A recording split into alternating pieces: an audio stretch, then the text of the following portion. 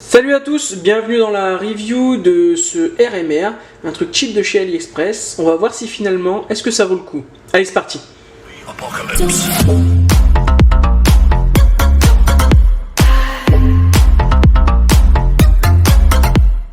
Allez, salut les gars, bienvenue aujourd'hui dans la review de ce RMR.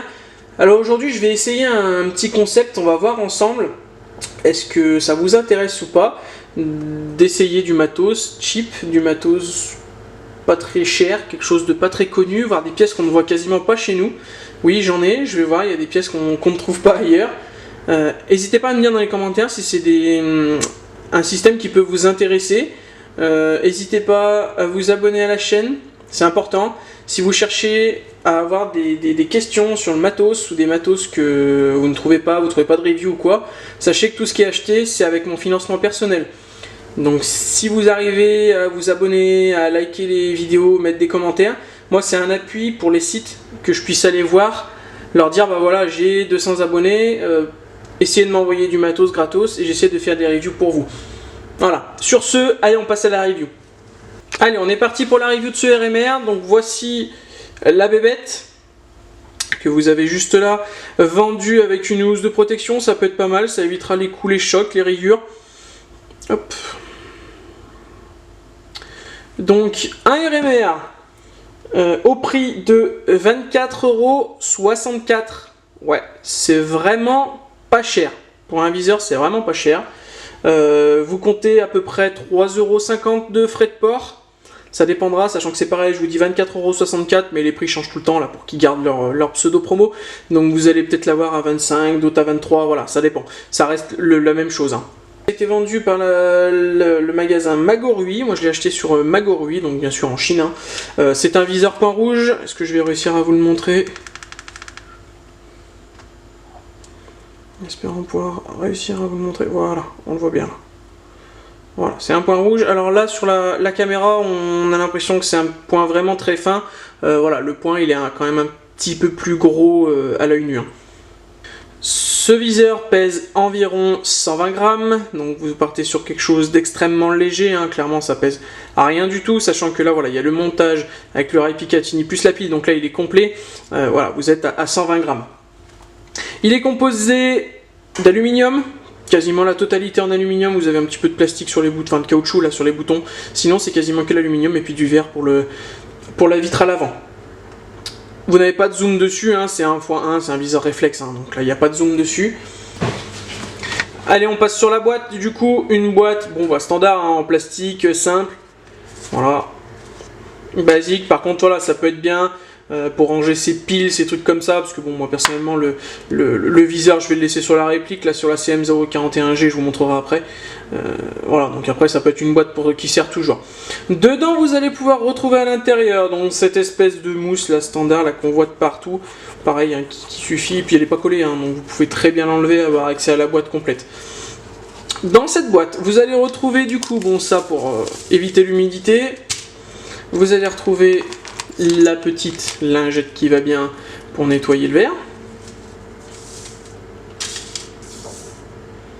Vous allez retrouver une pièce importante ici. C'est un montage pour les répliques de Glock, tout simplement parce que il existe, alors je vous montrerai après parce que j'ai plusieurs Glock, je vous montrerai, j'ai des rails qui peuvent recevoir directement le viseur sans montage. Et en fait, vous pouvez très bien le mettre sur un autre Glock qui lui n'a pas forcément le montage approprié pour un RMR. Donc là, vous allez, hop, donc ce RMR.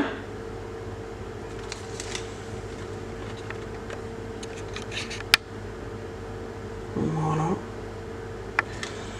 Voilà, donc le système de montage Glock, on essaiera après sur les différents Glock que je puisse avoir à la maison.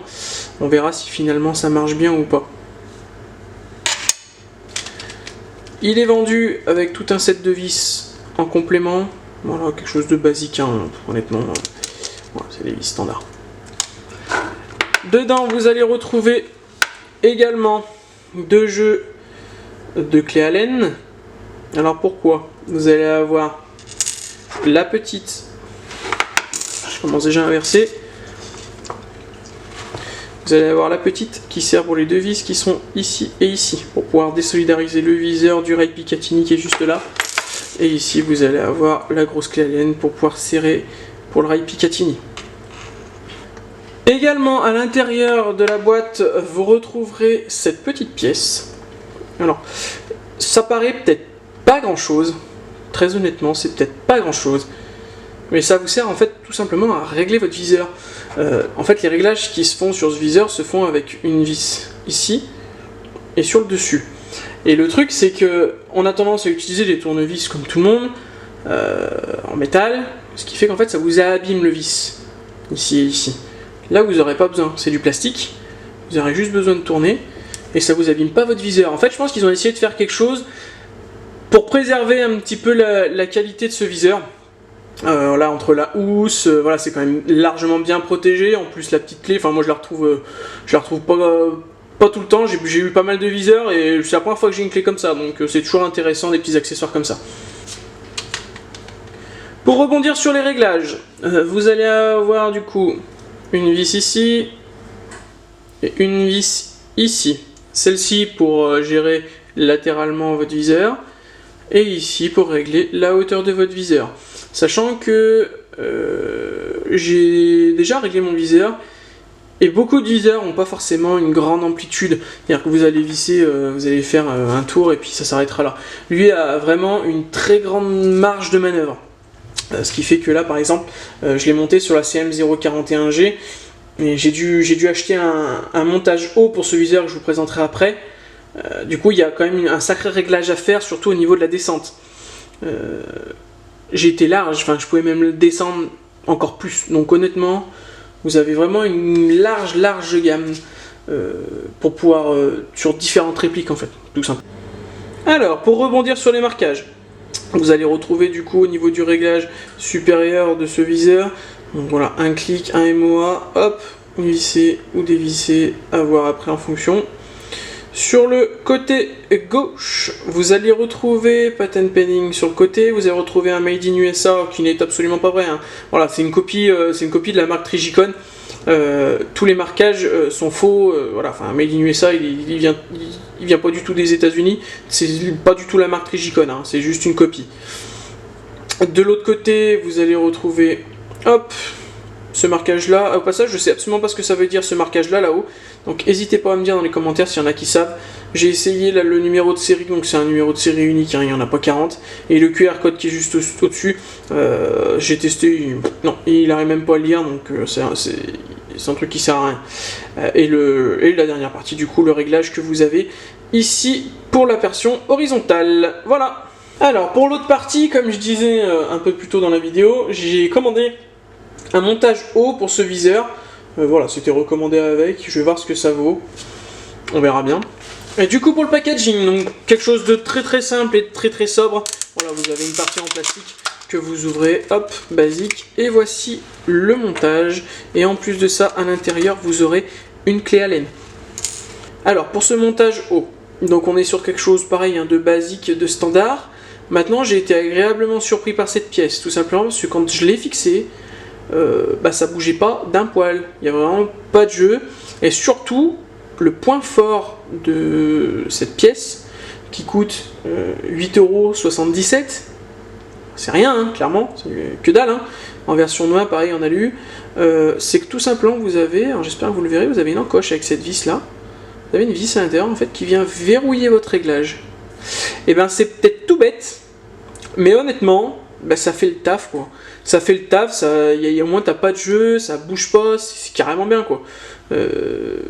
Moi le nombre de fois où j'ai eu, ça m'est arrivé, hein, un viseur où ça se dessert, c'est chiant quoi en partie quoi. Donc là au moins t'es tranquille. T'es tranquille. Voilà, l'emplacement pour les vis qui sont juste au-dessus. Voilà, quelque chose de simple, hein. Je serre, je desserre, et quand vous avez terminé, vous vissez ici. Voilà. Alors ici, sur un Glock 17 WE, alors Gen 4, mais bon là c'est pas trop ce qui importe, c'est une culasse Salient Arms. Voilà, directement avec la possibilité de mettre un RMR dessus, donc pareil, ça passe nickel. Il n'y a aucun souci, vous avez aucun jeu. Parfait pour une culasse Salient Arms. Ici vous allez avoir une culasse de Gen 4. Voilà, une Glock WE Gen 4. Voilà, ça passe nickel aussi, hein. Parfait. Et enfin, pour terminer du coup, le G23 de chez Kajiworks. Alors oui, ça passe à une seule condition, c'est que vous changez le vis qu'il y a ici. En fait, il est beaucoup trop fin, tout simplement. Hein. C'est juste une histoire de dimension là. Il serait un peu plus large en fait, parce que le vis passe à l'intérieur, c'est juste qu'il n'est pas assez large et que ça prend pas le pas de vis. Alors vous allez me dire, du coup, au final, tonton, est-ce que ça vaut le coup? Est-ce que ce viseur à environ 35 € tout compris vaut le coup? Moi j'ai envie de vous dire oui. Oui, mais attention. Ce viseur, je l'ai installé sur une MP5 qui n'est pas à gaz, qui est électrique, qui n'est pas EBB, qui n'a aucune secousse. Je vous dis ça tout simplement parce que après avoir fait des tests sur les PA, les Glock, que vous avez vu juste avant, le viseur, alors c'est très léger, hein, mais il a tendance à bouger. La secousse, je pense qu'il aime pas trop ça. N'oubliez pas que voilà, c'est un viseur qui est à 25 €. On peut pas non plus attendre que ça soit la même qualité qu'un Trigicon. C'est quelque chose qui ira très bien sur une MP5.